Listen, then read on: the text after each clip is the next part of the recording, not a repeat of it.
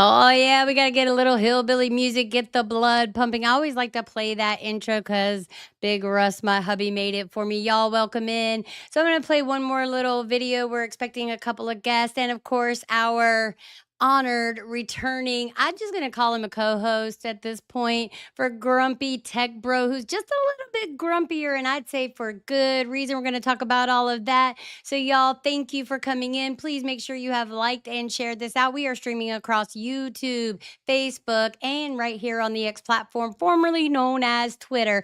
All right, y'all, let's go.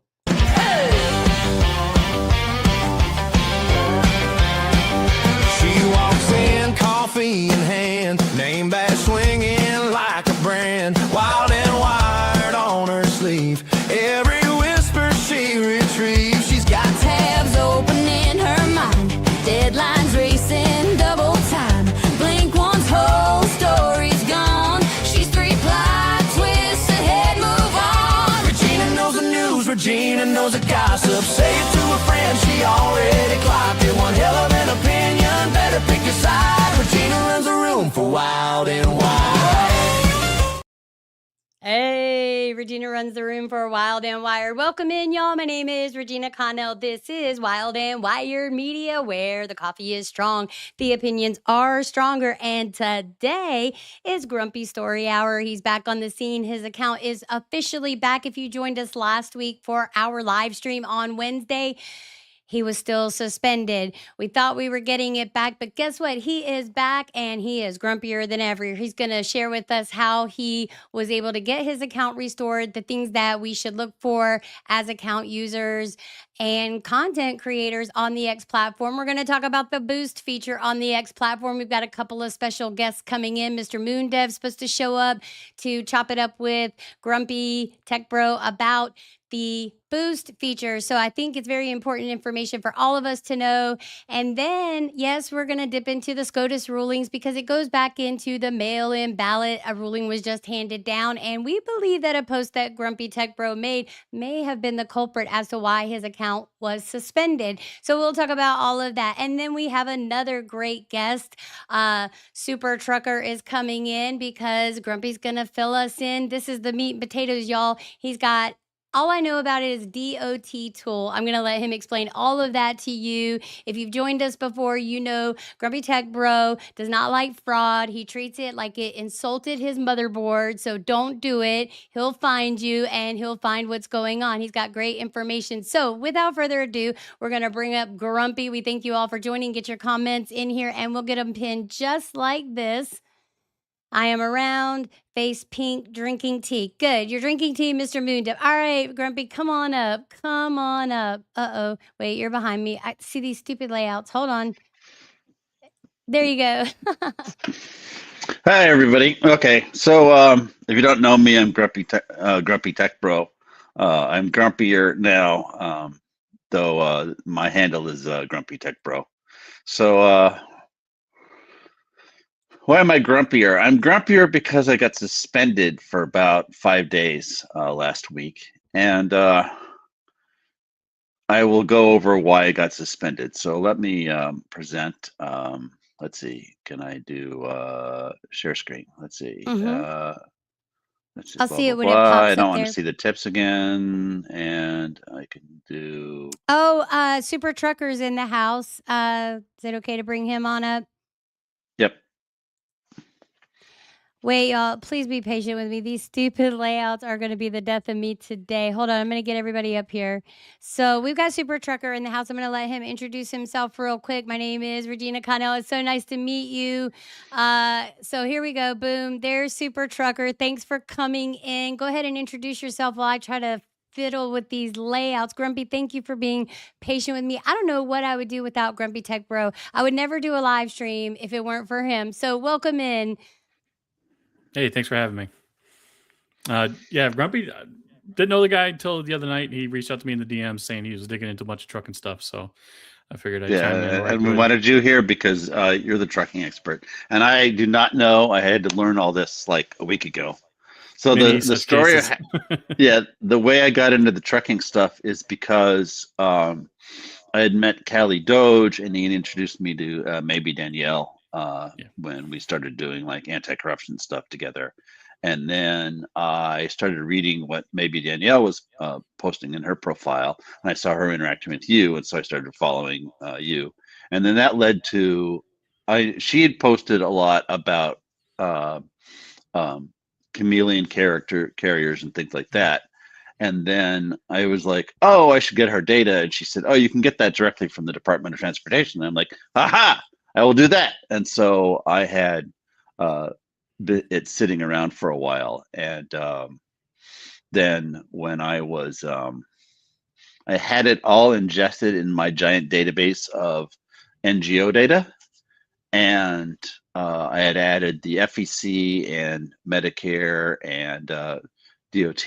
And then when I got suspended, Grok.com was still talking to me, but Grok Build wasn't anymore. So I said, oh, what am I going to do? I said, hey, I should go look into that DOT data. And so then I built a tool and looked at like the top 100 sketchy accounts. So let me talk about getting suspended.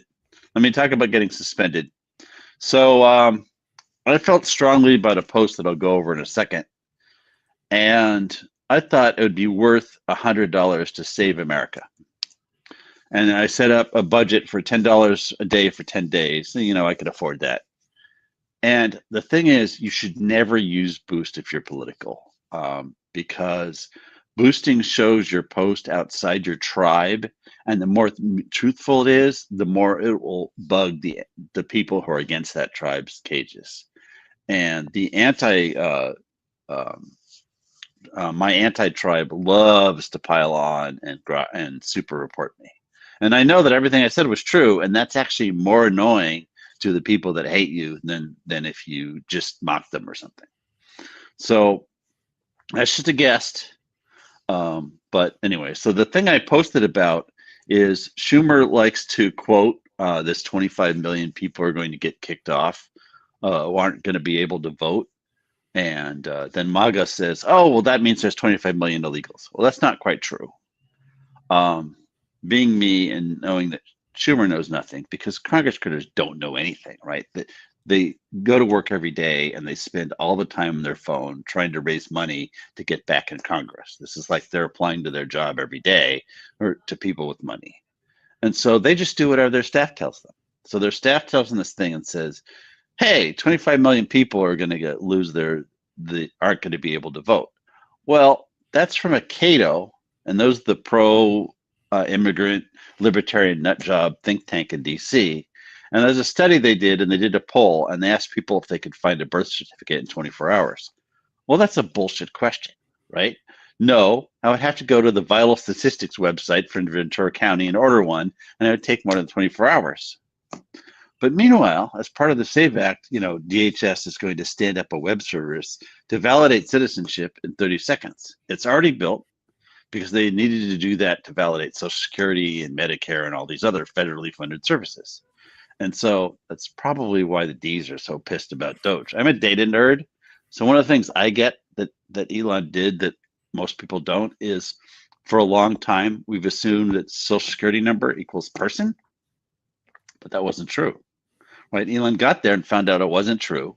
They had people that were, 120 years old and that we were sending checks to. And he's like, what the hell is going on? Well, actually, we weren't sending checks to them, but, they were on the rolls. And that meant none of the other federal agencies could trust the Social Security data to mean that it was actually a citizen. And so that was one of the things Doge fixed, is it said, okay, Social Security number equals a single person, and we're going to have to fix that. And that means we're going to have to call some of these people who have like 10 addresses and figure out which one they are and things like that. I mean, correlate it with the IRS and so on, right? I mean, it's not impossible. It's just grindy data stuff, right? And this is what data nerds do. So anyways, so the SAVE Act has extra funds for hosting it and having people walk through all the county electoral IT folks and how to use it. So I wouldn't even need to get my birth certificate. But there's also two parts to voting. There's registering, which you do months ahead of time, and then voting, which just needs a regular ID to prove who you are. So even the old way would be fine. So conclusion is, Schumer is a moron, liar / idiot, all three. there aren't necessarily 25 million illegals. Might be more, might be less.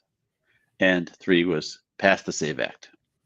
So I nerded out on election fraud after Bush versus Gore. And the classic way to cheat in elections was to drive a busload of folks with fake registrations around to different polling places. And with mail-in ballots, you don't even need to rent a bus. I was just about to So- say that if I could just step in here on the dance floor and piggyback on that. So let's pause the mail-in ballots for just a second because I'm not sure the conversations you've had with Super Trucker. I definitely want to hear about this DOT tool that you're talking about. And then I want to get back to the mail-in ballots because we know that recent legislation has been handed down. And like you said, well, dang, you don't even need to drive the busload of people around because now they have 5 days after election day for that vote to be counted as long as it's postmarked by election day. So y'all let us know. Go ahead and start filling up the comment section how you feel about that. I'm going to get these comments pinned. They are coming in. So finish your thought, Grumpy, and then let's pivot and find out what's going on because I don't know too much about the DO tool that you were talking about. I wanted you to really get in depth about that and hear from Super Trucker too. So what do you think?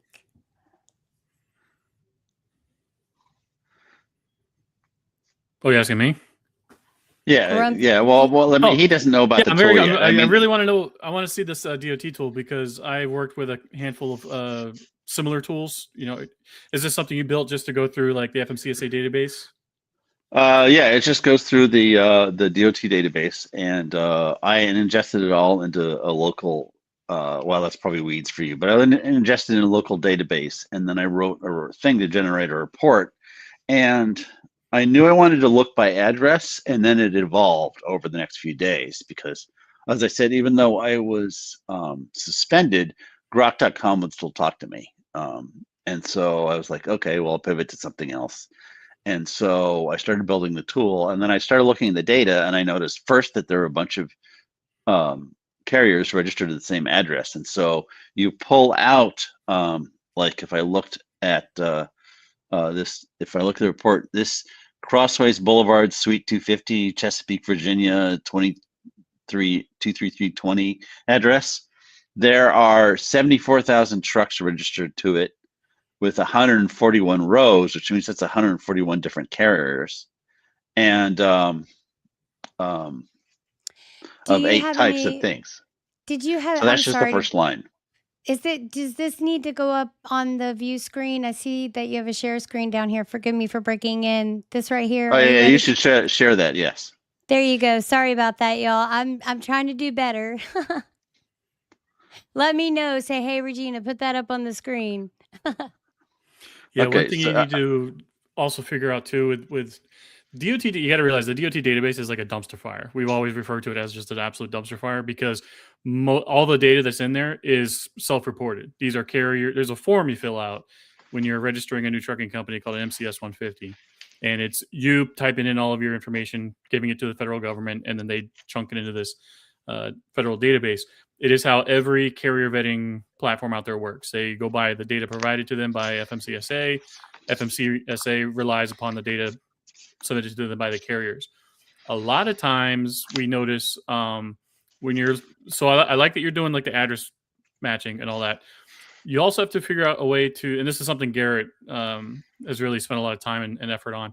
You have to normalize all of this address data because sometimes they'll have the same address but different suite numbers, or it might be a different mailbox number, or we've even seen instances where it's the same street address, but it's on the border between 2 different towns.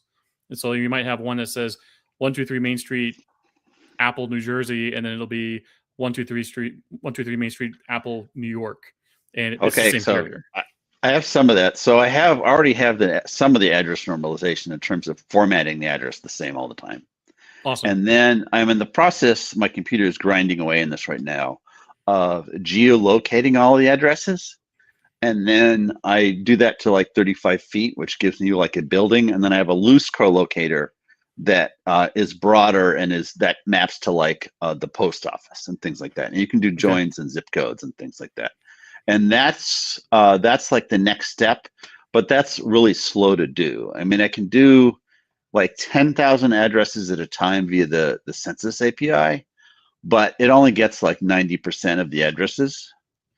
And then I have to do other services to get the next percentage. And then finally Grok gets like the rest. And as you say, this is garbage in, garbage out, but I'm a data nerd, right? So this is what I do. But so what I noticed is my thing is like people talk about machine learning, but I always do Pierce learning first, which is I look at the data and see what the data is telling me. So the data is telling me is that this first address has 74,000 trucks and 141 different carriers and so on. And then I'm like, okay, and I want to go look at that.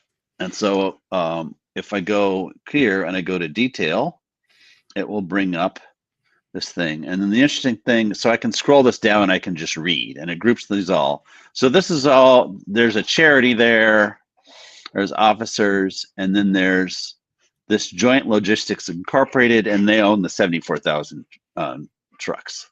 So that's pretty legitimate. And you notice most of them are active too. So they own trucks and they run them, and they're not like inactive.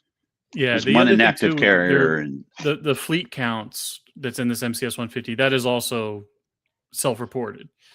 We had an address in Philadelphia that was like a row home, and it wasn't an active carrier. It was just a DOT number. They didn't have a motor carrier authority. But he had, I think, like 107,000 trucks that he said. So a lot of these could just be typos. What we look for when we're looking at carriers and whether they're like lying, et cetera, is like address matching is a good one, but also compare the number of trucks they say they have versus the number of trucks with inspections that they have over time. So if you if you're looking at inspections, yes, yes, I don't think I had that data. Yeah. If you, I love this. You're going to go down 20 different rabbit holes once you start. I feel so sorry. Well, I don't know you personally, but you say you're a data nerd, and I'm telling you, you've just like opened up a spigot and it's just going to start spraying in your face, and you're going to go, I can't stop it. And it's going to go from like a spigot to a fire hydrant to, a hole in the dam. So I just want to like prepare you, because once you start digging into what they report versus like what is actually found on them when they get inspected and that gets recorded, it's just insane, the stuff you'll find. I like finding carriers that they'll say like, oh yeah, we have 5 trucks, and then you find out they have like 57 trucks with inspections. There's other data platforms like Genlogs where it's kind of like Flock, but they have cameras instead of like in parks and streets and stuff. It's cameras pointed on the highways, and they record trucks going around all day long. And if you have a truck with a DOT and an MC number on the side of that truck, that's recorded, and you can visually confirm exactly how many trucks they have on the road. So if they say to the FMCSA, yeah, we only have 5 trucks, but I see 50 trucks on Genlogs, I'm picking up the phone and calling their insurance company and saying, hey, do you guys know about these guys? Because they're committing insurance fraud. Yeah. Ooh, that's interesting. Yeah, yeah, I would like VIN numbers too. I mean, the government has the VIN numbers, but I don't. It's not in the public data, and I would like to track. If the truck has been inspected, the VIN number is recorded. That's another way we track them down too. Is if you have, say, a green Freightliner with VIN number 1234, and it's going from company to company to company with inspections, and those inspections are going back and forth between one company to another, that's a sign of a chameleon carrier. It's not always a guarantee if the dates are sequential. Like if it goes from the green Freightliner goes from trucking company ABC sells the truck to trucking company XYZ, and so now it'll show up with inspections on 2 different companies. But if you can see that the date ranges of the inspections don't overlap with each other, then that's just a truck that's been bought and sold. Yeah, well, I actually wanted that to know because my cousin was a trucker for a while, and he stopped because he got in like 2 accidents in a row from like falling asleep at the wheel. And because, we're human, right? And you can only do what you can only do. And I want from finding the active and inactive, that was one of the things I noticed at first was like, there are all these things that are marked inactive. So when we get into this, like those people are all active, but let's go into this one. This is 5353 East City North Drive, Phoenix, Arizona. And I'll go to the detail here, and what do I see? They have 0 inactive, and this is Allied Waste. This is I call this Tony Soprano is alive and well in Phoenix, Arizona. This guy is not suspect. Give me the what I'm talking about, 53. And I didn't know if 53. you know this, Super Trucker, but you should be able to make the screen if you click on the view screen above your little box. If you hover over it, there should be a thing where you can maximize the screen to see it better. Okay, yeah, it's just a little green. I have my laptop screen and then my larger monitor in front of me. Okay, cool. All I'm doing is every address that he's giving me, I'm punching it into the tool that Garrett built, Search Carriers, and I have it on a map view. So when I go into the map here, I can see that address. They have 93 companies registered there. Yeah. And I mean, it's everything from, wow, a lot of them is the same company over and over again. NJN Trucking Inc., NJN Trucking Inc., Owls Trucking, Scottsdale Marriott. Yeah, I'm gonna point out there's 40 of these are already marked suspicious if I switch to all. And that's because why did I mark this one? This one, let's go look at this one. I'll show you this in Google Maps. So if I do the Street View here, you see this is a mailbox place. Did you switch your tabs for the Google Maps? Oh, I did. You're right. Let's see. How do I do that? So share this tab instead at the upper top. I should share the screen instead, huh? Let's see. Yeah. If I do, let's share, present and stop screen and present, share screen. Sorry. And can I share window? There we go. Yes, you can. I'll see it pop up. Hopefully. Yeah, I'm just going to show our StreamYard. So we're going to do a little recursion. Okay. There you go. Okay, so now we're going to go to Google Maps. There we go. Okay, so the Street View I use a lot. So this is some kind of like strip mall office thing. And if I zoom in here, we can see that this is a mailbox place. So this is like not a legit address. This is not a legit physical address, you know, or it's that thing right there. You know, I don't know. So what, can I just break in here and ask a question? So this is also fascinating. So what would be the purpose of this happening? What, like, is it like a shell company? Is that what's happening? No, a lot of these are just addresses that have been registered via like an agent. So instead of, if I want to start a trucking company and I register it at my home address, and that's where I park my trucks and have all my paperwork, I'll just use a third-party intermediary to do all that for me, so I can just focus on driving and getting everything out and making some money. It's very sloppy the way a lot of these companies work if they're registering everything all at the same address. Conversations we've had with leadership at FMCSA was that they were going to go through the entire database, rank everything by number of clusters of addresses, and they were going to start sending out letters, and they were going to give these guys 2 weeks to respond and either update their address or have their authority revoked. And that's just an ongoing process. You got to realize there are over 600,000 trucking companies operating in the U.S., and there are maybe 300 investigators inside the FMCSA, and they have to play by the rules. You know, if they start waving the hammer and start smashing these guys, they can sue, win, and then, you know, get paid for whatever business they've lost. So this tool, this is kind of funny, Grumpy. My uncle, Lord rest his soul, he had a trucking company that he had for many, many years out of Austin, Texas. So this is live. So if I were to say, hey, you could look up this trucking company out of Austin, Texas, you would be able to see all kinds of stuff like you're pulling up now. Well, not in this tool because I'm not presenting like all of it. I just did the top 100. So out of the top 100, 40 of them have suspicious addresses without me reviewing any of them, right? And the idea is you go through and you bring it up and you look at it, and I built it just for speed of reviewing. So I go in and I pick a particular trucking company and I say, oh, I want to do that. And then I pop over the detail and then I can go review it, and then I can pop back. And so and then it becomes like a to-do list. So I reviewed 2 of these already. So if I turn on unreviewed, you see, and all the ones that like had suspicious PO boxes, just disappeared, so I have less to do now. Oh, So okay.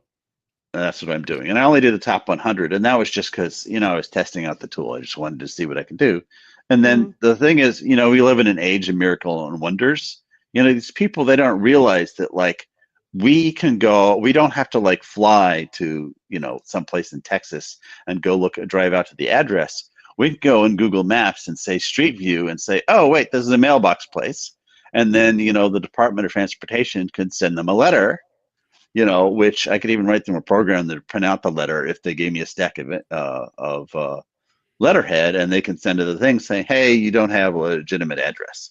So, and that would do the 40. And then all the ones that I did on top of that, I did like another 33 on top of those 40 that are just obvious PO boxes to say, hey, this is not a real address, or this is sketchy, or things like that. And there's some funny ones. That was just me, like, working the problem, right? I'm following the data. I'm like, let me bring up this one with Mr. Martin, when you're ready, I just noticed you have a share screen as well. So if you want me to pop that up there, just jump in and be like, hey, take a look at this.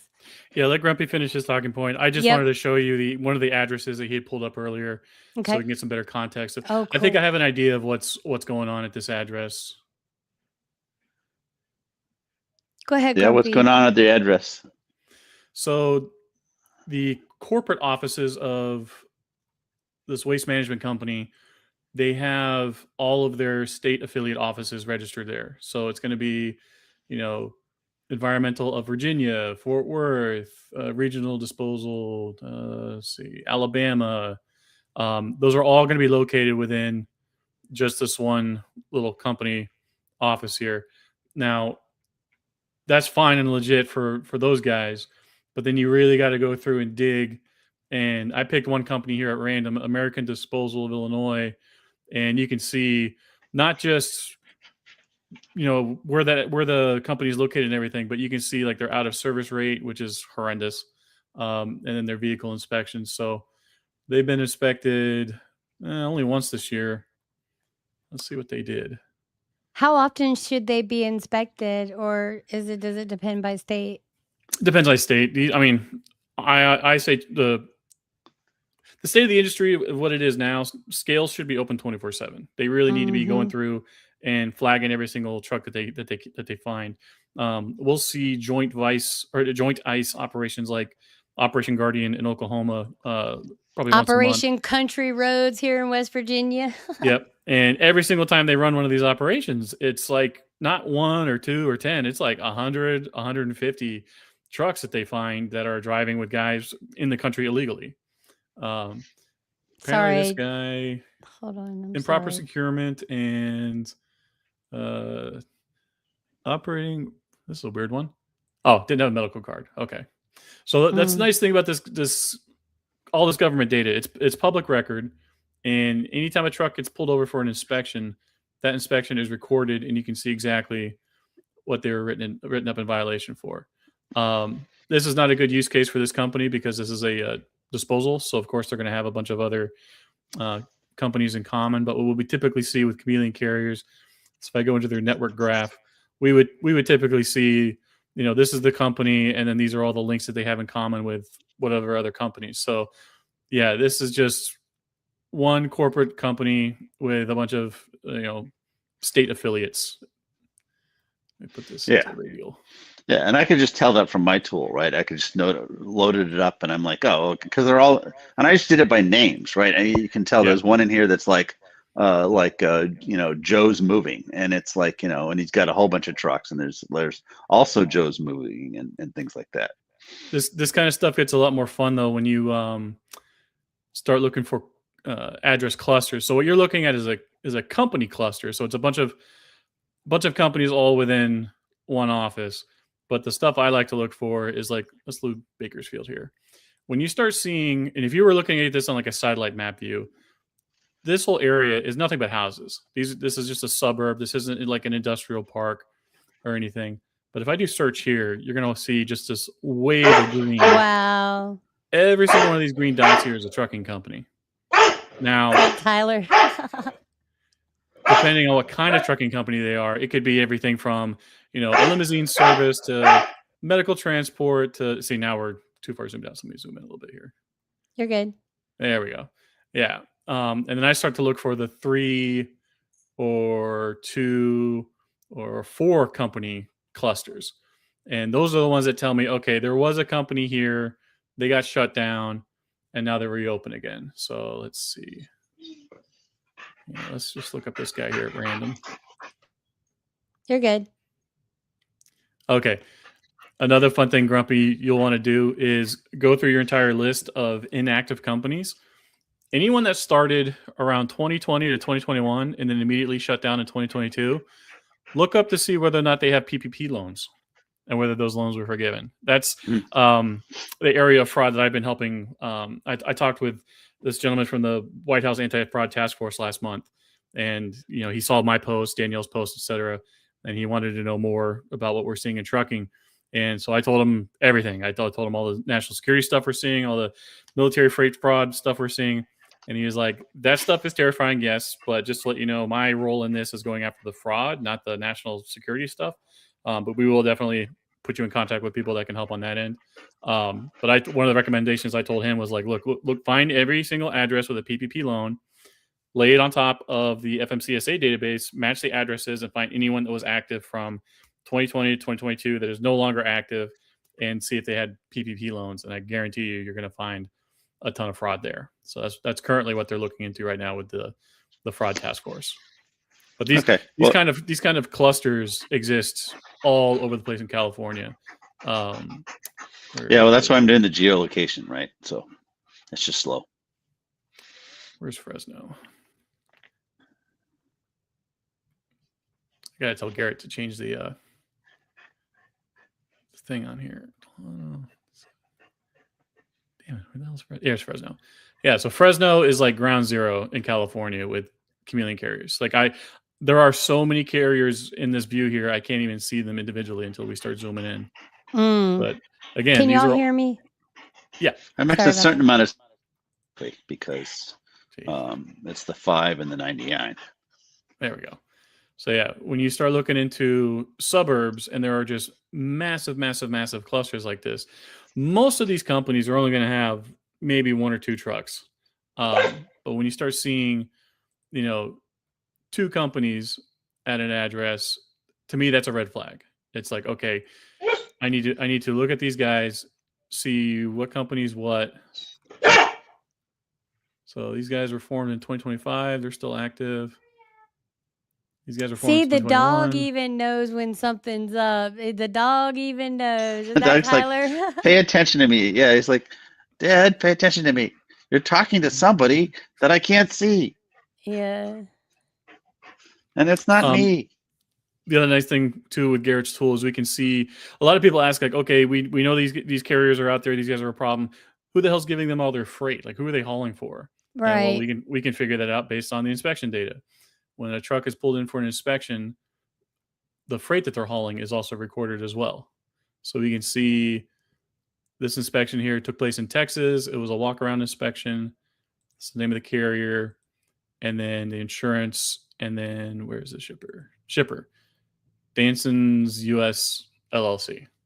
So yeah, we can easily track who they're hauling for and who's giving them their freight. Well, that's pretty cool. That is so awesome. That is really cool. Yeah.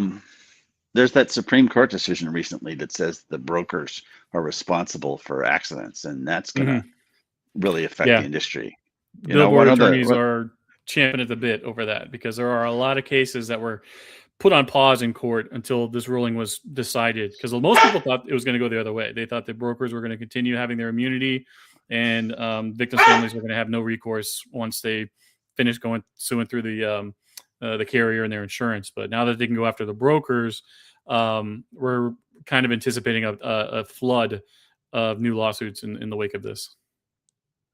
The insurance companies will crack down. I mean, one of the reasons I have SUS.DOT, which is like, hey, the Department of Transportation should send letters to these guys. And I also have SUS Insurance because the insurance people should they're about risk, right? And they should flag the list of people that are suspicious and then they'll do the analysis to say like we should charge these people more insurance because they're this much more likely to get in an accident, and then pretty soon the rates will go up and they'll be less competitive. And put the Yeah, dog outside. they've been even before this ruling, these carrier networks, they've been trying to like figure out a way of still getting freight, because most freight brokers, they won't give you freight. Well, actually, no legit freight broker will give you freight if you don't have insurance. So one of the things that they've concocted is, instead of going through like an insurance provider like Geico, Progressive, etc., they'll set up what's called a risk purchase group, which is basically like a pool of investors with like a pile of cash, and if something happens, they just pull from that cash. Well, a lot of these risk purchase groups are going bankrupt because they don't know trucking, and they don't know that these guys are all scam artists, and they're just stealing all the money and getting into wrecks. So I think once all the risk purchase groups start to realize like, okay, we're just losing money on all this, we're not going to make any money insuring these guys, that scheme is going to go away too. I know Okay, I have to be clear. I was just kidding about Tony Soprano being alive. Now I know that he's doing insurance fraud. The problem with it's not Tony Soprano anymore. There's tens of thousands of Tony Sopranos. It's Tony Singh and Tony Gerlukovich and Tony, you name it. It's guys from India, former Soviet Union bloc countries. Like, you just throw a dart in the map, and you've nailed where a lot of these clusters are from. There's like the one guy that figures out how to do it, and then they all just replicate it, right? Yeah. Here's the recipe. You like farm a trucking company, you do this fraud thing, and then, you farm it out. You go and you find all these people who can't get insurance. And you're like, oh, I can get insurance. One of the addresses I found, there's like the guy with the trucking company on the left, and there's the trucking insurance lady on the right, and they're married. And that was just fun. Yeah. It is so awesome that people like you that aren't in the industry are able to like get this so quickly, whereas people in the industry have had this happening under their noses for decades. Part of why the industry is in the state that it's in is that for the last 20, 30 years, there has been this narrative pushed by lobbyists from the American Trucking Association saying that we have a truck driver shortage in the U.S. And the solution that they cooked up was to import as many truck drivers as they could humanly possible. What they didn't anticipate was that these truck drivers that they imported wouldn't work here temporarily and then go back home. Instead, what they did was they came in, got into trucking, they learned the industry, and then they stuck around and opened up their own companies and then imported the drivers that they wanted. And they've just been undercutting all of the American trucking companies over the last decade and putting a lot of really good multi-generation legacy carriers out of business. Wow. Well, and even worse, I mean, what I've been hearing is that like you don't get paid that much as a trucker anymore, and so it's better to drive for Uber. So, I live near the Jersey Shore, and I do Ubering on the weekends now, and I'm making pretty good money. Rusty Door Dashes. That's how we keep the lights on here at Wild and Wired Media. He's my monthly, weekly sponsor, and every bit of money he makes from door dashing, but he does pretty good. And once you reach certain levels, I don't think Uber Eats, he wanted to try that, but I can't remember. Maybe he couldn't figure out the app or something. Who knows? One app at a time, right? But I'm glad you said that, because it is a great source of income. It's fun to do. You can do it as a family. So great one there. All right, y'all. Yeah, my recommendation is I've done one food delivery, and that's the last one I would ever do. It doesn't pay much per mile. So I put my trucker hat on when I'm doing like this, when I was like going to Uber. And so with trucking, we say niches make riches. Find a specialized niche to go into. What is it that not everybody has that you can exploit? And for me, I have a passenger minivan.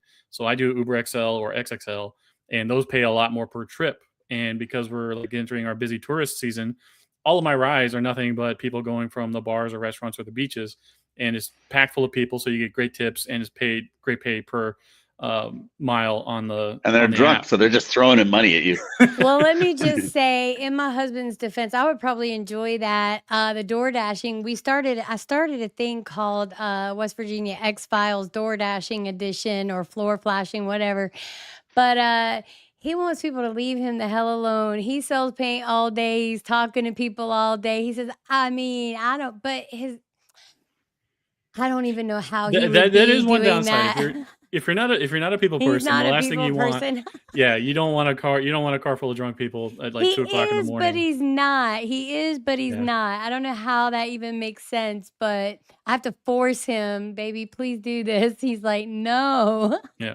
So what we're seeing right now in trucking is, when Sean Duffy was appointed by Trump, a lot of us were like, who the hell? First of all, who the hell is Sean Duffy?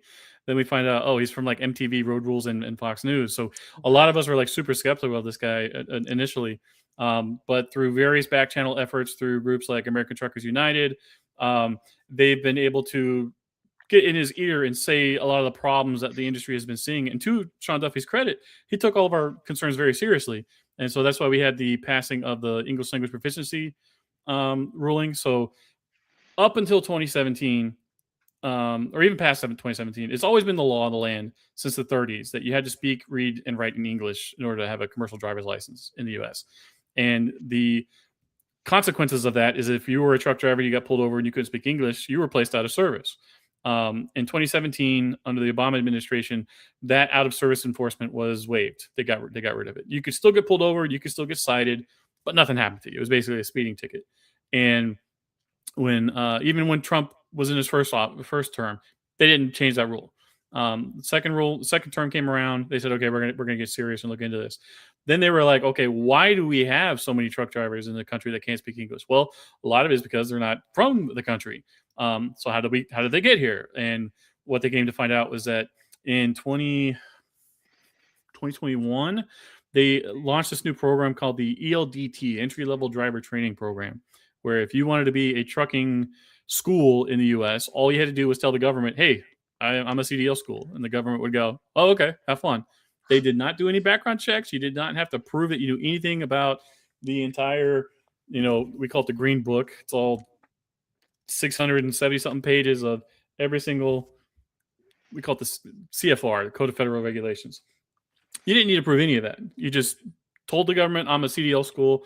They would say, okay, so you would bring guys in, they pay you, you give them a certificate of completion. They take that certificate to the DMV, boom, they have a CDL. So that's why we're seeing so many of these guys that can't drive, can't speak English, crashing and wrecking all the time. There was one of the ones I found. Grumpy, 1 second. Let me jump in here real quick just for 1 second. Hold that thought. So I'm glad you brought up the wrecking and the crashing because I have been seeing a lot of content where this is kind of where people were really starting to take a look at how do we have so many truck drivers that are certified to do all this that can't even speak, read, or write English. And do you think the number of crashes have increased, say, in the past decade? Like, how long has this been going on? Grumpy, jump in, and then whatever order you want to go in. That's just my question. How long has this been going on? When did it start increasing? Has it increased with technology and social media? Like, what's really going on here? Well, so I got in the industry in 2007, and the way that the pipeline worked back then was they were trying to get guys from the Iraq and Afghanistan war. So through the GI Bill, the government would pay for your CDL training, and then boom, you're in a truck and moving down the road. I wasn't a vet, so I didn't serve, so I didn't get that. I had to pay. I didn't pay out of pocket. The company I was hired with paid for my CDL school, and then I had to work for them for 18 months to pay it off. That is a very, very common entry into the industry. What happened with these guys is, what most people don't realize is like most of the guys that get into these kind of wrecks or the drivers that are hauling for these companies, they themselves are victims of human trafficking. If I'm a 20-something-year-old kid from India and I'm scrolling social media all day, I am just inundated on Instagram all day long with ads saying, "Hey, look at all this money! I got cars, I got girls, I got the big house, everything in America. Come get over here." So they'll pay a human trafficker or travel agent, as they call them, to smuggle them into South America. They hoof it on foot through the Darien Gap into Mexico and then across the U.S. border. Now, until Trump 2, what the scheme was is as soon as they hit U.S. soil, a lawyer from an NGO would file an asylum claim for them, and then they go work at their cousins or their brother's trucking company, and then they were paid for their CDL school and stuff. So they got to pay for the human trafficker, they got to pay for the CDL school they went to, and they're most likely paying for the truck that they're in too. Part of the way that these trucking companies can operate with such higher margins than legit American companies is if I'm a U.S. company and I'm hiring a driver, It's my employee with my truck driving and using up my fuel that everything's a cost. So I got to book freight to make a profit on that. It's the complete opposite relationship with these other carriers. They contract with that driver. So they charge them for the truck, they charge them for the insurance, they charge them for the fuel, and they're making 14 to 15% margins versus most trucking companies is 3%, if that. That's the whorehouse model. The house gets half. Yeah. So part of the reason, when you see like these protests in like Indiana, California, when these states start issuing like harsher rules and crackdowns on CDL issuances, the reason why you're seeing some of these guys like all up in arms is because they owe so much money to everybody, and they have no other recourse. Like these guys, that sucks. They're not going to make as much money as they are driving for Uber as they are driving trucks. Right. And what they're making driving trucks isn't that much either. So one of the places I found that had a bunch of trucking firms, and it was like one of these storefronts in a strip mall, and they did, at the very top above the door it says DMV, and they talk about how they'll do your truck paperwork and get your truck registration, and then the Chinese said champion traffic violation. Mm-hmm. Oh, and it was a traffic school. So they find people who have already violated a traffic law, run them through their traffic school to clear their record, and then give them a CDL and get their truck registration set up so that they can be a trucker. That's I'd love to know that let's go recruit the bad drivers. Yeah. I'll give you the address after this. I'll DM it to you. Before like this whole immigration thing, there were other pipelines. So everyone always complains to us like, oh, you guys are just being too hard on the immigrants. Like, what are you going to do once the immigrant thing is done? Like, the immigrant is like just half the story, because even setting the immigration issue aside, states like Texas, the way that they would get a lot of their truck drivers was through their unemployment programs. So you would have like an African American woman, like a mother of 7. She'd go to the unemployment office to file for unemployment, and they would send her straight to trucking school. It's like, this woman has kids at home. She doesn't have any business being on the road for weeks or months at a time. I bet she takes the kids with her somehow. Oh. No. I get so mad when I see like Instagram reels of like people with like their babies like in the back of a semi. It's different if they're like young teenagers or like older kids and they want to go on the road with their dad for a couple of days. You do not want to have a baby in a car seat in the back of a semi. It is a very dangerous job. Like over 5,000 people a year are killed in accidents involving semi trucks. So yeah, it's exactly why you don't see like people taking their kids to like working in the salt mines or the metal forge. So let's pivot back to the DOT tool that you were showing us. We've gotten a lot of great insight on that. So what is the ultimate goal for this? Because look, Grumpy plays around a lot, and anytime he says, hey, let's do a live stream about this, or let's talk about this, he writes great articles. You guys, please, y'all, check him out on X platform at Grumpy Tech Bro is his handle. The title is Grumpier because he's a little bit grumpier. He's back from his suspension. We talked a little bit about the boost tool. We also talked about the mail-in ballots, dun, dun, dun, dun, dun. And now we're talking about the DOT tool, where Mr. Justin Martin has been amazing today. I'm loving this conversation. Y'all made it easy for me to just sit back and let y'all take the reins. So as long as y'all want to go, I'm here to let you go. So Grumpy, take off. Y'all keep the conversation going. I'll be right back. I got to reset some things, and I know y'all can keep the conversation going. Okay, so I'm going to go back, put my screen on. Got you. Hold on one second. Yeah, put my screen up. Yeah, and I'll go over let me the tool find it. Where'd it go? Here it is. explain it to Wait, I Justin. did that too fast. I'm sorry. Wait, where? How come? Oh, I have to remove one, I think. Wait, hold on. Let me see what's going on. I'm struggling today.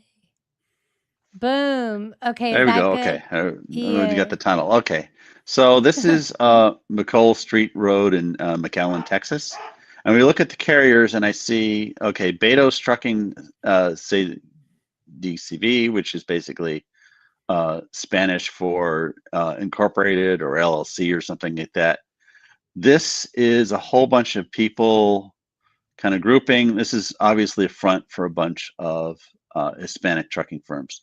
You were saying about being against the immigrants, and one of my libturd friends was saying, are you just trying to get Democrats in trouble? And I said, the Department of Transportation does not have a party affiliation in their data. And he said, oh, okay. So let's go look at their address. Yeah, I can't stand it when people try to make this like a partisan issue, because this stuff has been happening under every administration going back to Jimmy Carter. It's as soon as the industry was deregulated, the floodgates were opened, and here we are today. Yeah, and so here's the Google Maps view. We got the Bridgepoint Insurance Agency and Permit Center, and this guy, if I look closely, it says permits, bonds, title transfers, plate renewals, and truck and auto insurance. So this is like a service doing the thing for a bunch of Mexican trucking firms, and they're right next to a FedEx thing, so they can ship quickly, and they're quick in and out. So this is wow, 43 companies at that address. 324 Department of Transportation rows. Yeah, there's 160 active carriers at that address. And then see the other thing I noticed, see this thing that says the phone number? This is the phone number for the trucking company.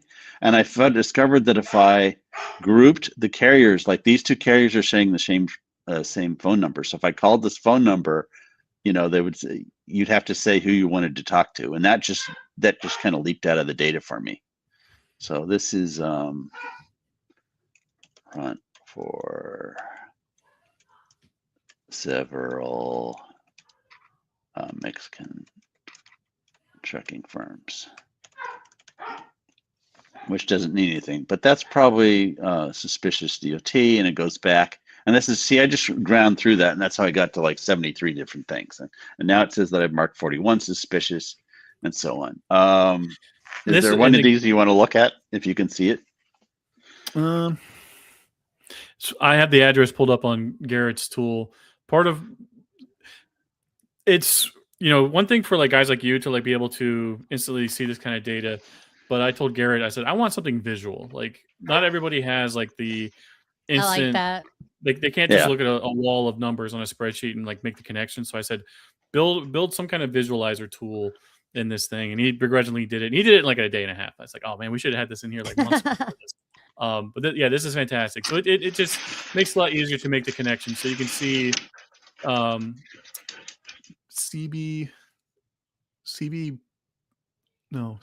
cpointins.com. Let me pull that up bigger so I can look at it. I muted Grumpy out for just a second because it kills me on editing in the back end. I can clean up the sound, but only to a certain degree. So I see what you got going on there. What were you looking for? This is amazing. I like that it's in 3D style. And I want to say that when the Doge Bros were talking about, putting things together, this is kind of something they had in mind. I might have heard it in another space. I don't know, but that is amazing. So when you put the information in, it pulls up like that sphere thing, like some Tony Stark stuff. Yeah, I want to see what their website is, if it's legit or not. Yeah, it's not even an active website. Can you hear me, Grumpy? That's annoying. Okay, good. I'm bringing you back up. Oh, wait, I never took you down. Let me just pull up one of these carriers here at random. Let's see. No inspections. Most of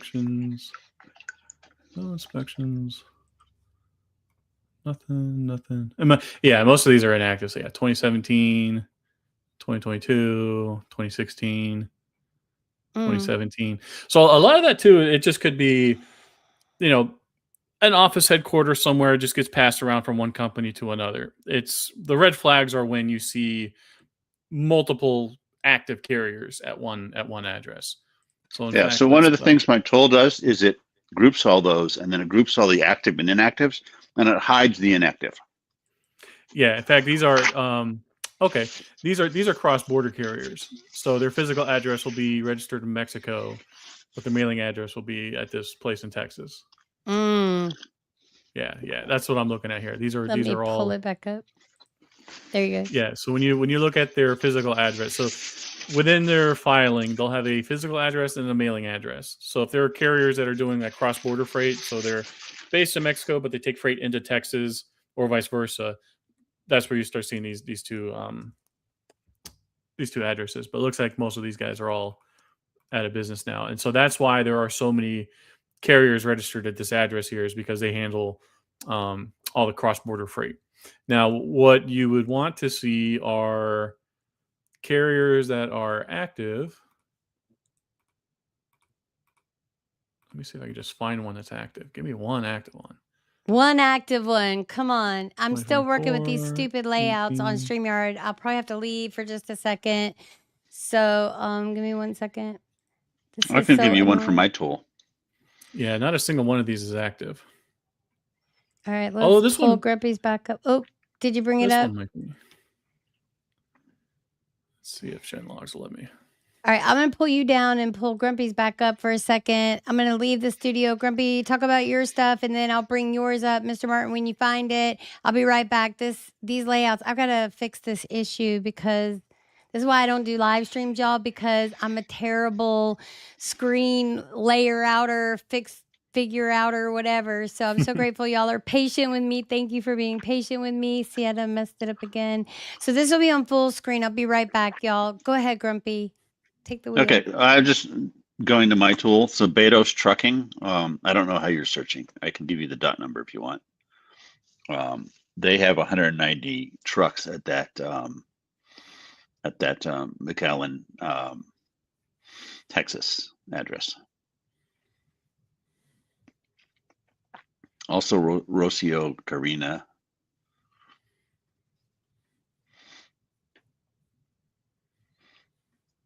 Can you hear me, Justin? Yeah. Okay. So I'm trying to get my log into Genlogs here. There we go. Dang, I think I got Back stuff to you guys. figured out. Okay, whose screen needs to be up where? I just came back in. Forgive me. Is it you, Grumpy, or Justin? I think Justin is looking Super up stuff Trucker. in his tool. Okay. So another fun tool we have here is it's called Genlogs. So, and of course these guys aren't active. What you would typically see is like if you find a trucking company that is active. So let's do one here that I know was at one point one of our favorite chameleon carriers called Tutash. Tutash. Has a There was a ring r- to it. Well, there was a wreck in Indiana back in February involving a carrier called Tutash Express.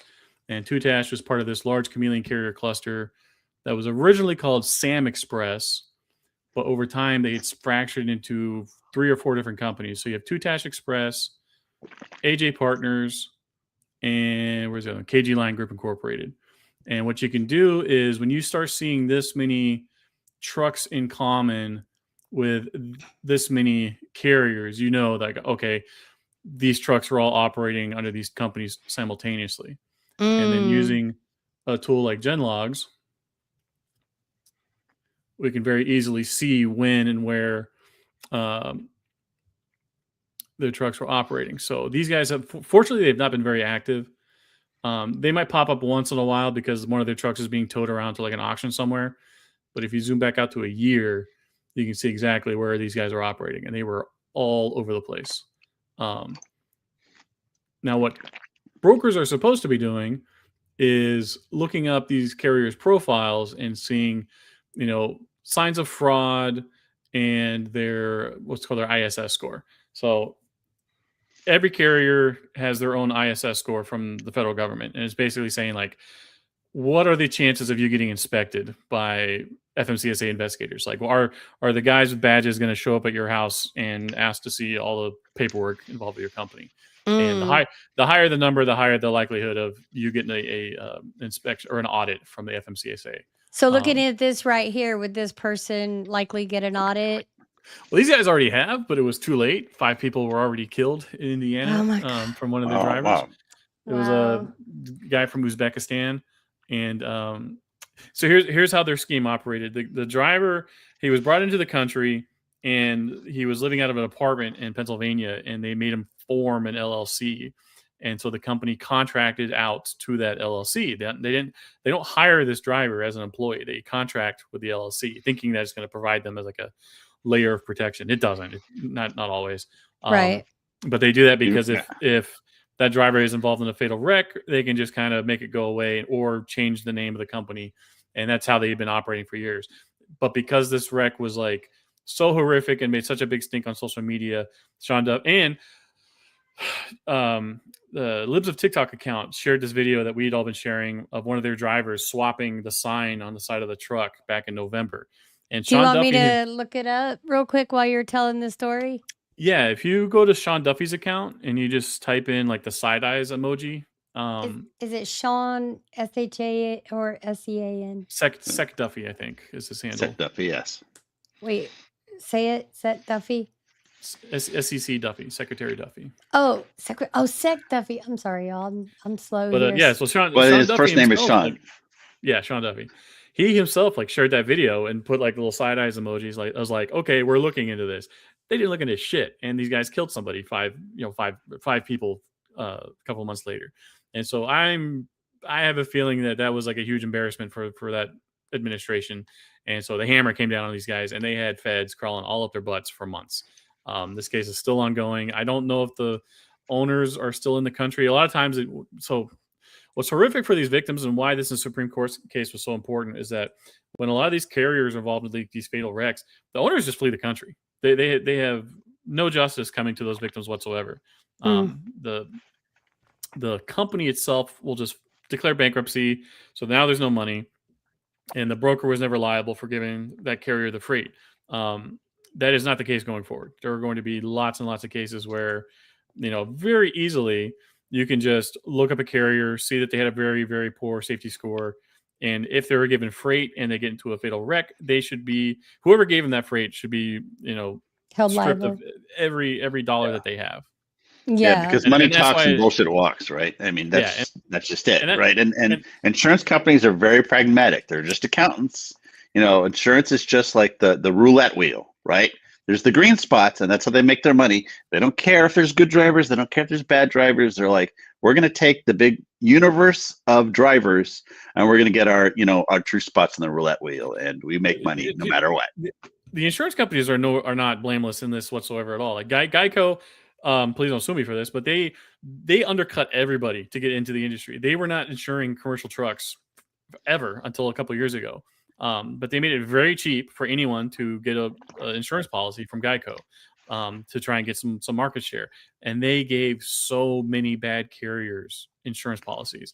What I like to do is anytime I'm on road trips, I'll go on the road and I'll just start snapping pictures of semis and run them through search carriers.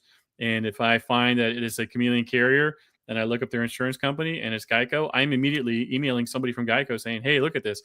They don't care. They don't respond to my emails. They don't look at anything.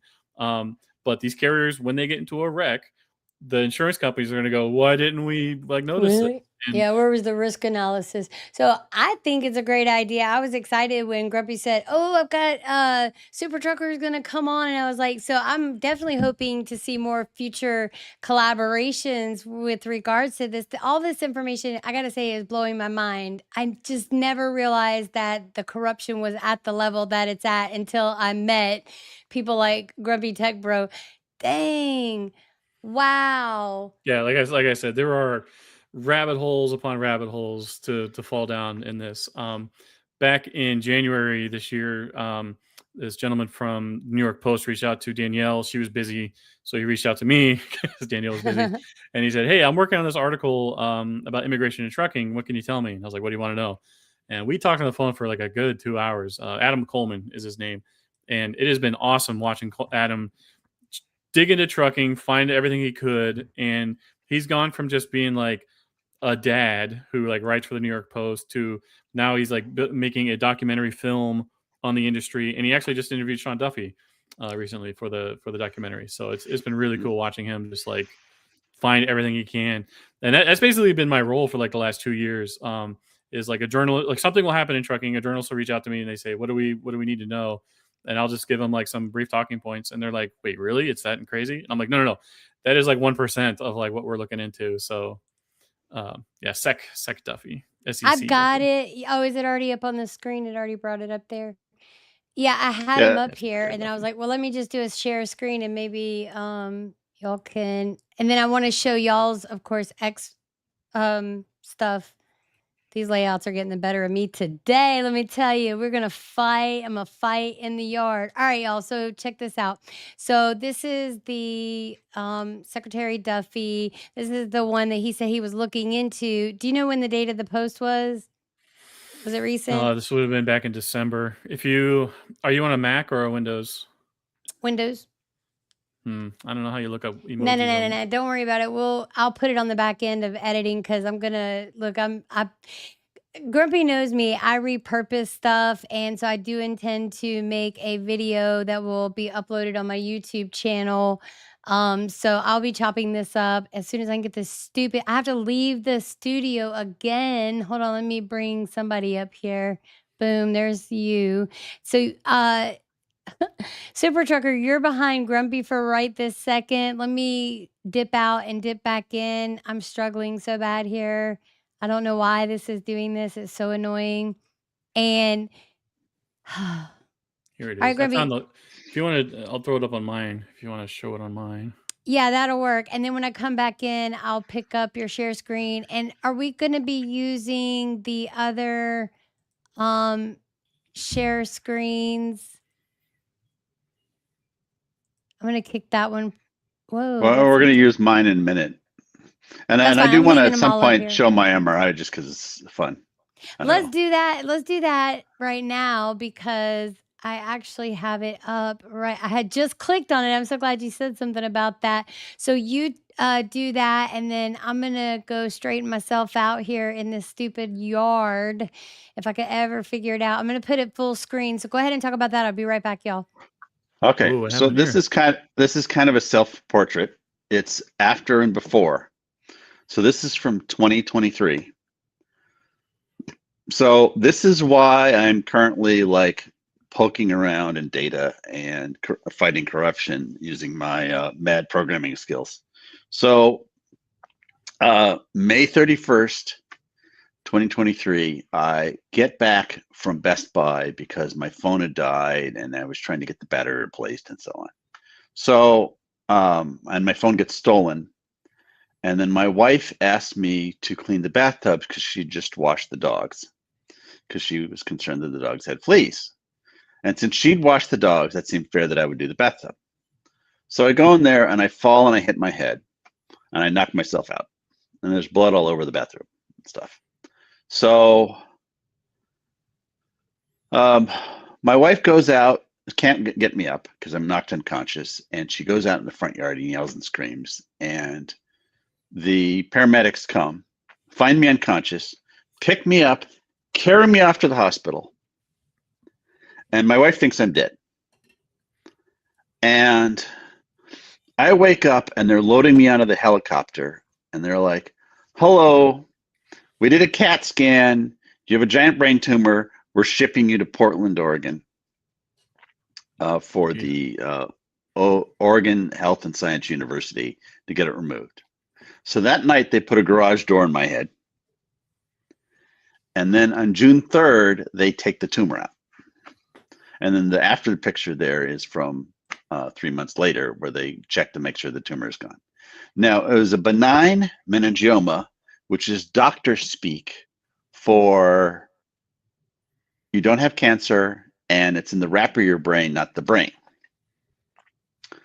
So they basically just had to pop it out like a big weird zit of tumor. And then I've been recovering ever since. And I'm currently in disability because the reality is I start out way smarter than average, and then it goes downhill all day long until by the end of the day, I'm like, I can't really understand things that are written. And that's just my life, right? That's awful. It is awful. But on the other hand, I'm happier now than I was when I was a big Silicon Valley mucky muck. So, God gives you what you need, not what you want. And so when I got out of the hospital, I spent 40 days in the hospital after they took the tumor out, and craziness with that, and I was hallucinating and things like that. And then my wife, in the meantime, she had probably had a stroke while I was gone. And so on June 5th, which was 2 days after they took the tumor out and told my wife that I was alive, they came and got her, and they took her to the local memory care, not memory care, but mental asylum place. And as they're driving away, her phone rings, and the sheriff has the presence of mind to unlock her phone and hand it to my neighbor, who then calls my sister-in-law. So my sister-in-law comes up and gets my wife and takes her back to Los Angeles. So one of the reasons I had to spend 40 days in the hospital is they could kind of release me, but I didn't have anywhere wanted to take care of me. So they're like, well, we'll just keep you here, which was driving me stir crazy. You know, I mean, I'm both hallucinating and I'm alarmed to the bed. So I have to like ask permission to pee and yeah. And if you ever know anybody in the hospital and they're there for a long time, bring them sweatpants because spending 40 days wearing those gowns really sucked. So I have this whole elaborate plan that I wrote down of like how to escape the hospital because I was convinced I was dead and I was in the afterlife and I was playing this video game that was called Escape the Hospital. And they finally decided to let me go because I convinced them, look, I live in a single story house. I can order food delivered. I'll be fine. And at first they didn't want to, but then my Amazon delivery showed up because I figured out, like I remembered like the numbers from the bottom of my checks. And so I was able to pay for like clothes and things. And I was actually trying to buy like a Nintendo Switch because I was going stir crazy in the hospital. And they first confiscated all that. And then I complained to every nurse that shift. I'm really pissed that you took my Amazon stuff. I was just trying to be less miserable here. Well, one And they're day like, you're going to have to provide us that escape route map. I mean, I really want, you know, you're good about, remember the map you showed me with when you were programming your, what is it called? A Roomba? Those things that, how do you oh keep yeah, your the dogs from getting that thing is what I want to know. How do you keep your dogs? I have a Belgian Malinois, so that dog would definitely rip up any, you should see him after vacuum. Belgian Malinois would do that. Yeah, I mean, because you know you got to feed them terrorists, right? You got to get terrorist chow at Tyler the would pet food just store. Tyler will just herd the vacuum cleaner. Has he tried to herd it? Um, Because they Tyler's a they're quarter like collie. they have like a they're like a little weirded out by the vacuum cleaner. It comes up and it kind of bumps in them, and they're like ah, and then they like back away and stuff like that. Wait And I till tell you them, get it voice activated. It can say, "Excuse me, Tyler." Mine's a Maltese mix, and he's more terrified of the vacuum than the vacuum is of him. I love it. And was that your cat? We have a little puppy around here Yeah, somewhere. sorry. While he was like talking about his poor hospital stay, my cat got his claw stuck in the back of my shirt, and I'm like, get off of me. Oh my gosh. Oh my gosh. Wow. So I knew what you meant about make sure if you know anybody who's staying in the hospital for any extended period of time, or if you know yourself are going in the hospital, yes, what Grumpy said, make sure you take stuff with you for the stay. I took care of my father. You know, he spent the last 30 days of his life in the MD Anderson in Houston, Texas. And so I stayed with him the whole time. And we made sure his pillows were fluffed and all of that. So who's that thing right there? Is that This is Gandalf.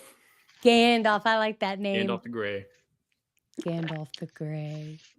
He's getting stir crazy because I have my door shut, but my nephew is here downstairs, and he doesn't know that I'm keeping him trapped in the room for his own benefit. We're pretty loosey goosey on the live stream because I always find time to chop it up and make videos out of it. But yeah, we've been going for over an hour. I always like to honor people's time, and like I said, I'll go as long as y'all want to go. I'm here for y'all are willing to come on here, take your time, explain some things to me, to other people, so that we have a greater understanding of what actually is going on. And that when you think that there's nothing that you can do, you just heard Grumpy's story, with the brain tumor. Let me bring it back up real quick. I want to show it. You saw that, and look at him now. So June 2nd was from 2023, right? yeah, June 2nd, 2023. Yeah. And then September, the tumor is taken out June 3rd of 2023.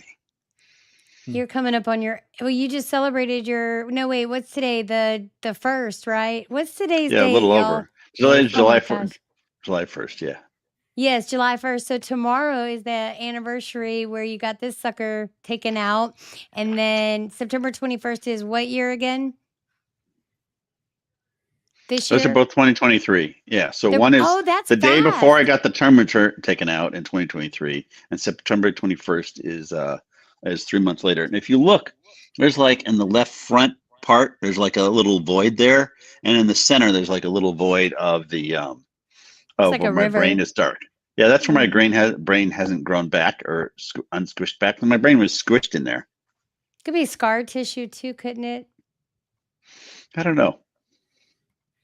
You got a lot of grooves in your brain there, Grumpy.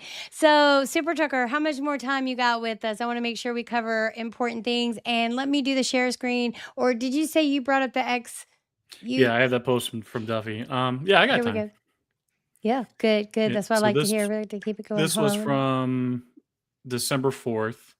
Wait, let me pull this down one moment. Give me time. Give me time. Oh, give me time. So All this right, is here we one of go. the this is a driver from TikTok, and he's explaining this truck that he recorded. One of their drivers was swapping out the sign. So the sign says KG Line Group Incorporated. He's gonna peel it off, Oh my gosh. and Oh, I underneath it saw you can see this. Tutash. And I think I don't know if he replaces that or if he just leaves that up there, but that's very common with these guys. Any truck that you see on the road that has like a taped on sign or a magnetic sign. Not to say that like every single company is doing that, but a lot of every company that does do that, that's what they're using is these magnetic signs. What I like to do is if I see a truck in a parking lot, I'll peel that sign back and see what's underneath it and run both companies to see if they're related or not. That was Well, something what that I would do Adam. is, I'm not as nice as you. I would just steal the sign.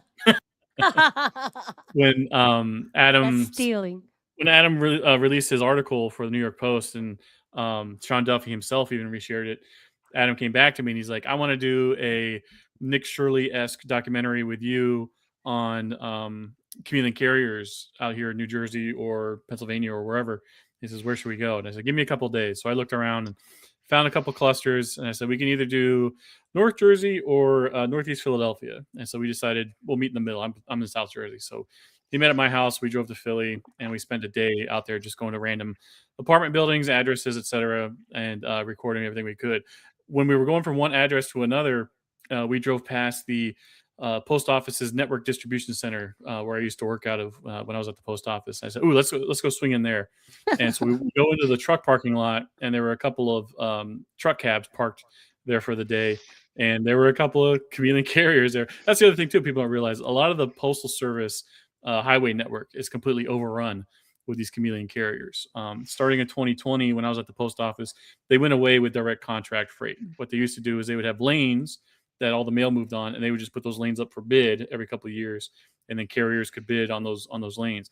Instead, what they do now is they just take whatever lanes exist and they send them off to brokers, freight brokers, and then those brokers will find carriers at random to haul mail on those lanes. And in no time flat, those lanes were completely taken over by these commuting carriers because they're super cheap, and the brokers are incentivized to book the cheapest carrier possible, regardless of their safety score. And so you fast forward 2 or 3 years after that, all of the American companies that were hauling mail on those lanes, they're all out of business now. And so even if the Postal Service wanted to boot those guys out of their network tomorrow, there's no one in the network to replace them. So that's what the Postal Service is like Can struggling I with right now. share a postal service story since we're talking about this happened today, y'all. This Mhm. has nothing to do with truck. It might have something to do with trucking. I don't know. So we live in a very rural area. So, our mail carrier does not drive like the standard mail truck. In Mhm. fact, I've had conversations. So basically they contract out because we're an unincorporated city.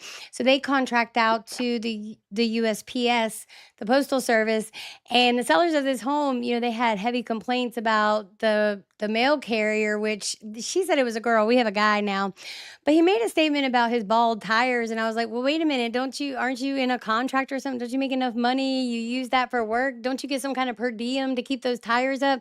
So look, I don't know what happened. So we get our mail today. My daughter, our 9-year-old, her birthday was just recently. So we get this. I'm going to show y'all. I'm going to put me on big screen for right now. 1 second, so y'all can see this. So it came in this, right? We care about your mail. It came in this, and Rosie comes in and she says, Mama, I wonder, because this is from Aunt Ibis. She said, I wonder if something was taped at the top. Aunt Ibis always sends me money, whatever. And I was like,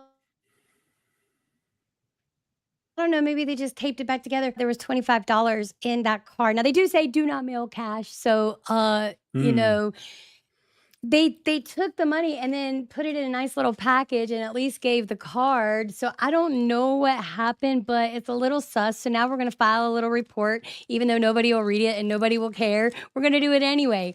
Just keep doing it. But I mean, they said they're sorry that our mail got damaged and blah, blah, blah. I was going to do a video on it. And I said, well, if I could just squeeze this footage in here, then I could just clip it out later and that video will be easy to do.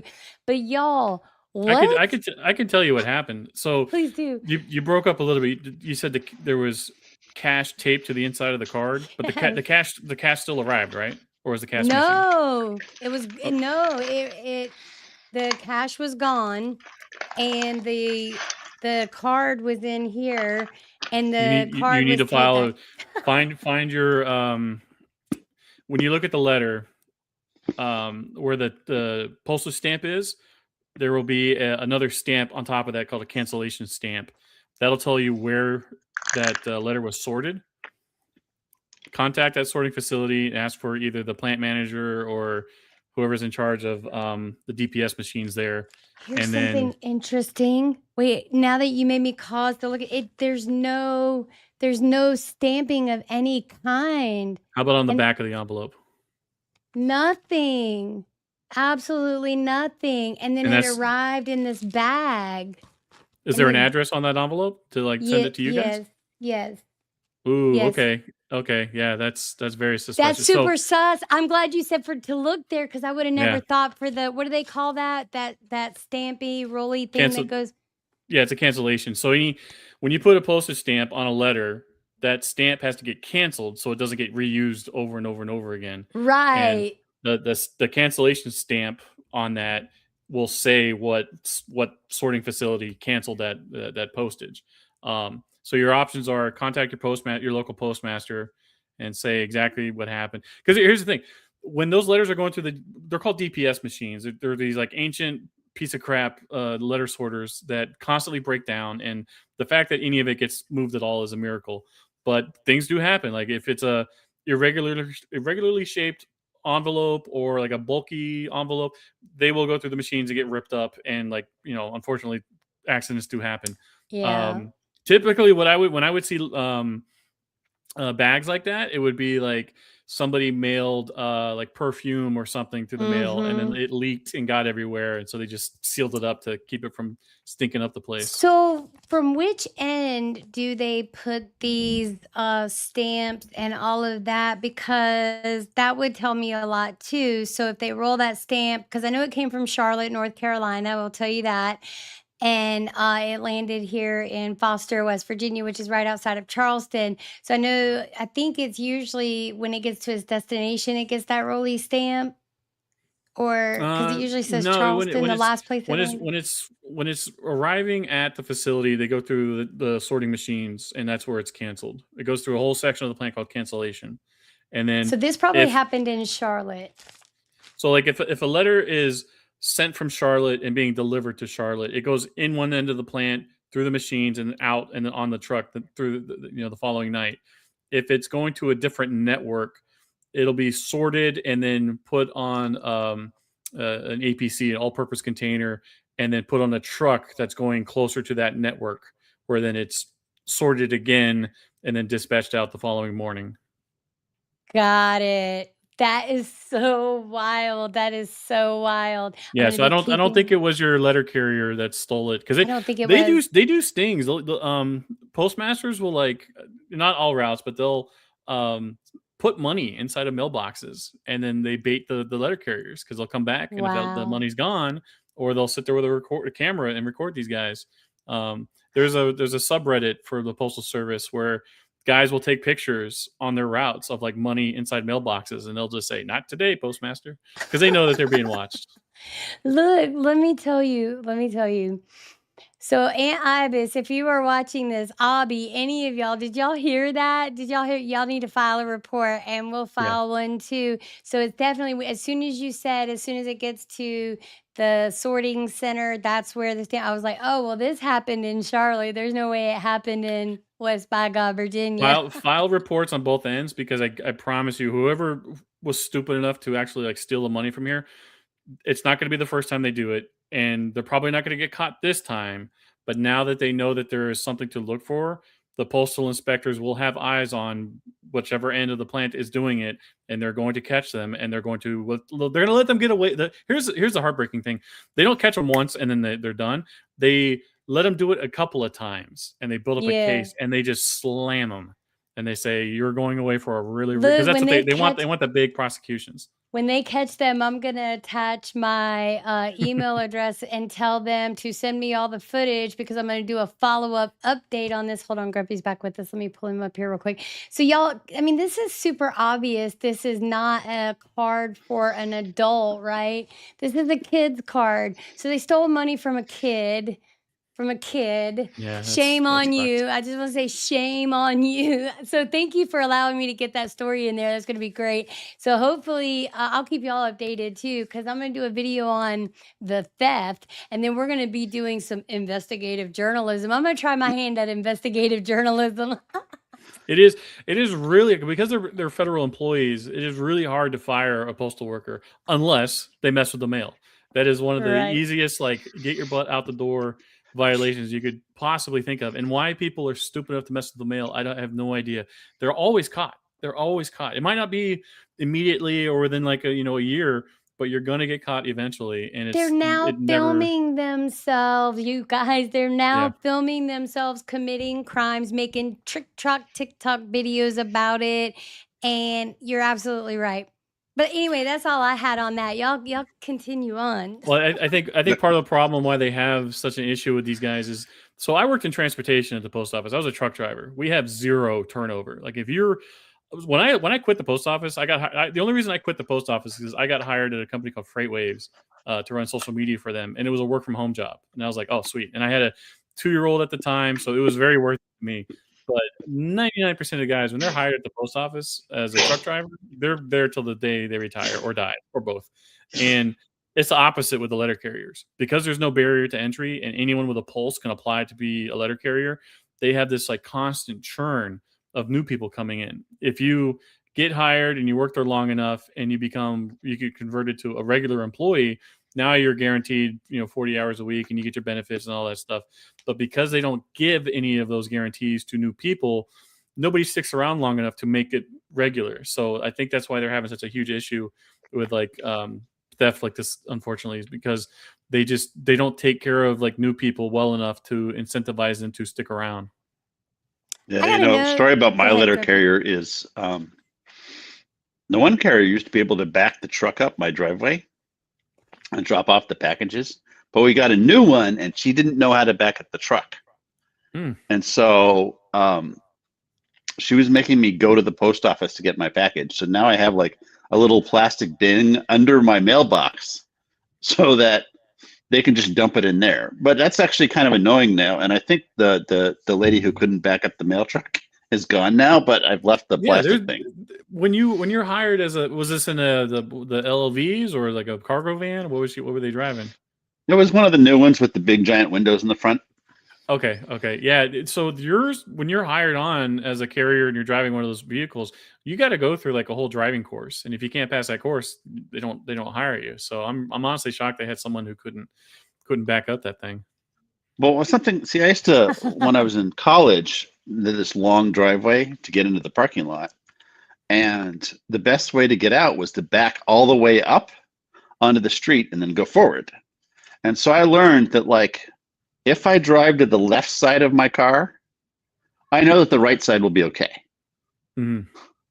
So I could do that at speed. I could just be like, oh, and go zooming down the driveway and be out, right? But people don't know that, and they're like, they go, Oh yeah, you would have made it a great postal employee, because the network I worked out of was Philadelphia, and it's an old city, and we have really tight docks in some spots that we have to get into, and those are always the lanes that nobody wanted to work on.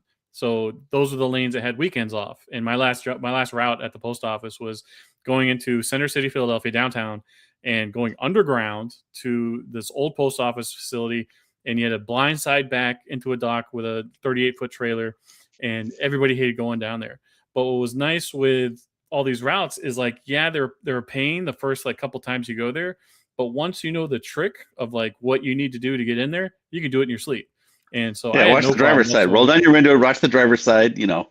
You're good to go. Y'all Yeah. just need to do a training course. Everybody's about these training courses. Y'all get out there and say that. And especially, can you imagine here in West Virginia? Rusty goes DoorDash, and we saw a driveway literally. It ended and completely, it looked like if they would have just built like a bridge from that driveway across the front yard to the roof of the house, because the roof was built down. I can't even describe it. I don't even know if you can get a visual in your head. I think I did a video on it a long time ago, but I was like, this is insanity. It literally looked like you were going to tip off the edge, and that was their driveway. I don't even know how they got to their house. Where they get it? I would just get a slide into my front door. Some people you just get used to it. The ones I always feel the worst about is like 45 degree angle driveway, and you're living in the Northeast where we get like lots of snow and ice, and what those people do when it freezes over, I got no idea.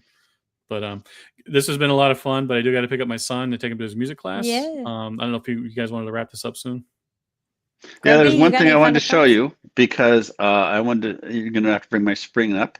Yes, so sir. My claim to fame, because you're talking about visualizations, is on Data Republican /browse. So beginning of 2025, I found Data Republican, and she was looking into NGOs. And I said, wow, that's cool, because she had these diagrams of how like the charities interacted with each other. And I said, it'd be really great if the money flow, if the lines between the charities was proportional to how much money they were spending. And, I didn't get her attention. And then finally, when my mom was in the hospital, I was there with my laptop and I had nothing to do. So I said, okay. And I had Grok write code to do what's called a Sankey diagram, which is what this is showing. So this is showing that, so these are the different charities. So this is University of California, and it's a stop sign because the money goes in and doesn't come out. They don't report who they gave money to. And this is actually all the money that Mark Zuckerberg hands out to various places. So I was just showing that. And so here's the Zuckerberg Initiative Foundation and FDWS and various things. So I was just showing I totally agree with you that like visual tools are best and so on. So being disabled, I had the time to do this. I'm really glad you brought up Data Republican, because when she first launched that federal grant search website, first thing I did was I hopped on and searched CDL, and you can share my screen here. I got you. 1 second. I'm coming. I got you. Boom on that, and up here on that. There we go. Is that it? $204,878,168.29 in federal grants. And I was like, are you freaking kidding me? And it probably doesn't even cover the whole thing. I was just, you hear about the federal, so part of how the supply chain, the pipeline of drivers got so polluted over the years is states and federal governments were just handing out CDLs to people who had zero business whatsoever being behind the wheel. And everyone always wonders, like, where is all this money coming from? And you can easily find it now using tools built by people like Data Republican. So thank you very much for that tool. Hey, no problem. Tell them where to find that again, Grumpy, one more time. I'll put it in the comments. Data Republican /browse. /browse. That's it? Yeah, because she had she had graph, and then I said, I want to be able to browse around. And I'm in the throes. I've been working on it since September of last year of revitalizing all that code and doing a better job of it because it takes too long to load and things like that. And so that's what I'm working on. Stuff like this is what I'm like most bullish about going forward. Is guys like Nick Shirley and Tyler Oliveira that are doing like these YouTube videos and stuff. The way that they're finding all this information is through just going through these big public databases, and they are purposely built to be such a huge pain in the ass to like navigate and find any data for. So it's taken people like Data Republican and our friend Garrett with search carriers to be able to take all that data and contextualize it in a way that's like easily digestible. So it is getting a lot harder for a lot of this, money and sneakery, to get hidden going forward. It's going to be like, especially the PPP loan fraud stuff. That I think is going to be the biggest example of like criminal cases going forward. Because I'm going to look into that. I got to find out where the data sources are. I mean, for me, it's all about where do I get the data. So if you give me instant data you'd like there. If you search X for like PPP loan lookup tool, lots of people have like put together tools over the years. Because that's one of the things people realize is like, oh, this is all publicly available data. I'm just going to download all of it and put it on like a map layer so that it's easily searchable. So before you go, I know you have to go pick up your son. You mentioned that. So tell people 3 things as I flash up where to find you on X. You guys be sure to go follow Super Trucker over here, Mr. Justin Martin. We've gotten a great information. Then we're going to flash Grumpy out. Grumpy's going to say our closing statements for us. So Mr. Martin with Super Trucker, I'm going to flash your X profile up here. If I could find it, just put it, here we go. So this is where you can find Super Trucker. Tell them the top 3 things they should know based on what we talked about today.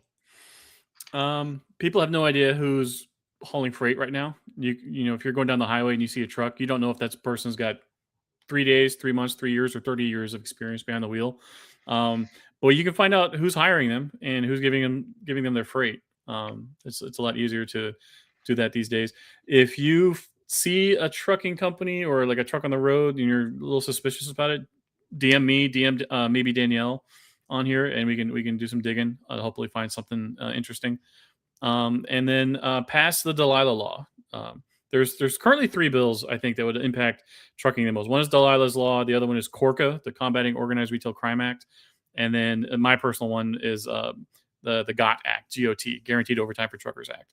Passing those three laws in sequence would completely change the entire industry within a matter of 6 months to a year. Nice. So y'all on the back end of editing, stay tuned for the video because all of that information he just gave, I'm going to give nice visuals where you can go find all that information you saw where I just shared to go find Super Trucker on the X platform. Make sure you give him a follow and follow all those links that are in his bio. That will give you the most information when you are curious about someone and you want to get to know them better. All right. Thank you so much, Mr. Martin, for joining us. And we hope to do this again. Thanks for having me. This was fun. All right. We'll catch you next time. All right, Mr. Grumpy. What's the top 3 takeaways for today? And you can keep talking about whatever you want to talk about. I'm cool. You know, I'm good with you. Okay, I sent Justin the address for that traffic school, and I'm going to show you the picture of the Chinese traffic school because it's just funny. So I'm going to read it. So bring my screen up. Yes, sir. So it says traffic school, right? And then the Chinese says champion traffic violation. And then I'm reading the letter on the door. It says champion traffic school and champion registration services. And I can't read the other text. And this is all. It's Chinese. It's Chinese, and what Justin was just telling us is that they set up these people with CDLs, right? And they don't really know. And I just think it's funny that like the Chinese says champion traffic violation, which means you broke the law driving around, and so we're going to give you a commercial driver's license and register your truck for you. Wow, Listen, you know, I'm very rarely speechless. A lot of the stuff that's come across my feed this week, the news that's come out, now this, and you know, once we go down that rabbit hole, we can't go back. We have to find out, you know, and more people need to get involved. However, you can help, you know, go check out Grumpy Tech Bros X platform. You know, make sure you're following him. He gives great articles, great information. I'm sharing the tab right now. Um, one day I might get better at this, Grumpy. Keep praying for me.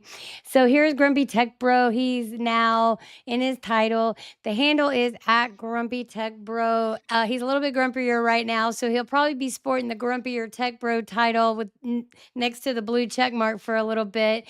So what are your top 3 takeaways that you would like people to take away from today? Okay. One, pass the save deck. Because if we can't have real elections, what the hell are we doing? Two, a lot of the fraud going on is only because no one is watching. Maybe again, posted the other day. It's Danielle E. Just extra E's. There's not that many people that are inspectors for the Department of Transportation, and that's just the pattern. A lot of this fraud is not really that hard to find. It's just nobody was looking, right? Justin was just talking about how easy it is to find the chameleon carriers. And then there was a Supreme Court decision a couple of weeks ago where the Supreme Court said, yeah, if you're contracting out your freight delivery to somebody else, you're kind of responsible. There's no like, the freight brokers can't just launder and say, oh, we can just hire one everybody. You're Right. responsible, so you better be sure that they have real insurance and not fake insurance. And Proper money talks and vetting. bullshit walks, right? And so that's going to be proper vetting and things like that. And I expect all the truckers have gotten pissed off and hooked up with nerds, and they're building websites so that they can go and like look at trucking firms and say, hey, what's going on with this or these people, and if we don't have enough inspectors, we have to make them super productive. And this is where it's 2026. AI can help with all that. And, that's what I'm kind of doing now, because my goal is Elon was trying to save $1 trillion and I'm trying to save $1 billion. So that's a milli Elon. So there you go. I'm trying to be 1/1000th of an Elon, of an Elon. I love it when you say that because you could tell that's true passion because he says it exactly like that. If you see our past content that we've done together, he always says that. So it's an honor, of course, to always have you on here. I'm super excited every time we get to do this. So, y'all, if you have any questions, you know how to get in touch with Grumpy Tech Bro. My DMs are always open. Y'all give me grace.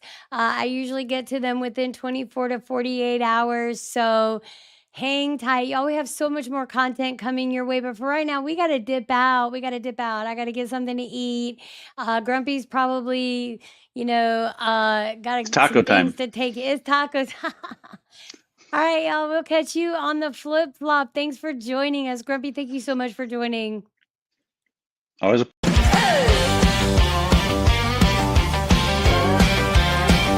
She walks in, coffee in hand, name badge swinging like a brand, wild and wired on her sleeve. Every whisper she retrieves, she's got Tabs open in her mind, deadlines racing double time. Blink once, whole story's gone. She's 3 plot twists ahead, move on. Regina knows the news, Regina knows the gossip. Say it to a friend, she already clocked it. One hell of an opinion, better pick your side. Regina runs a room for Wild and Wide.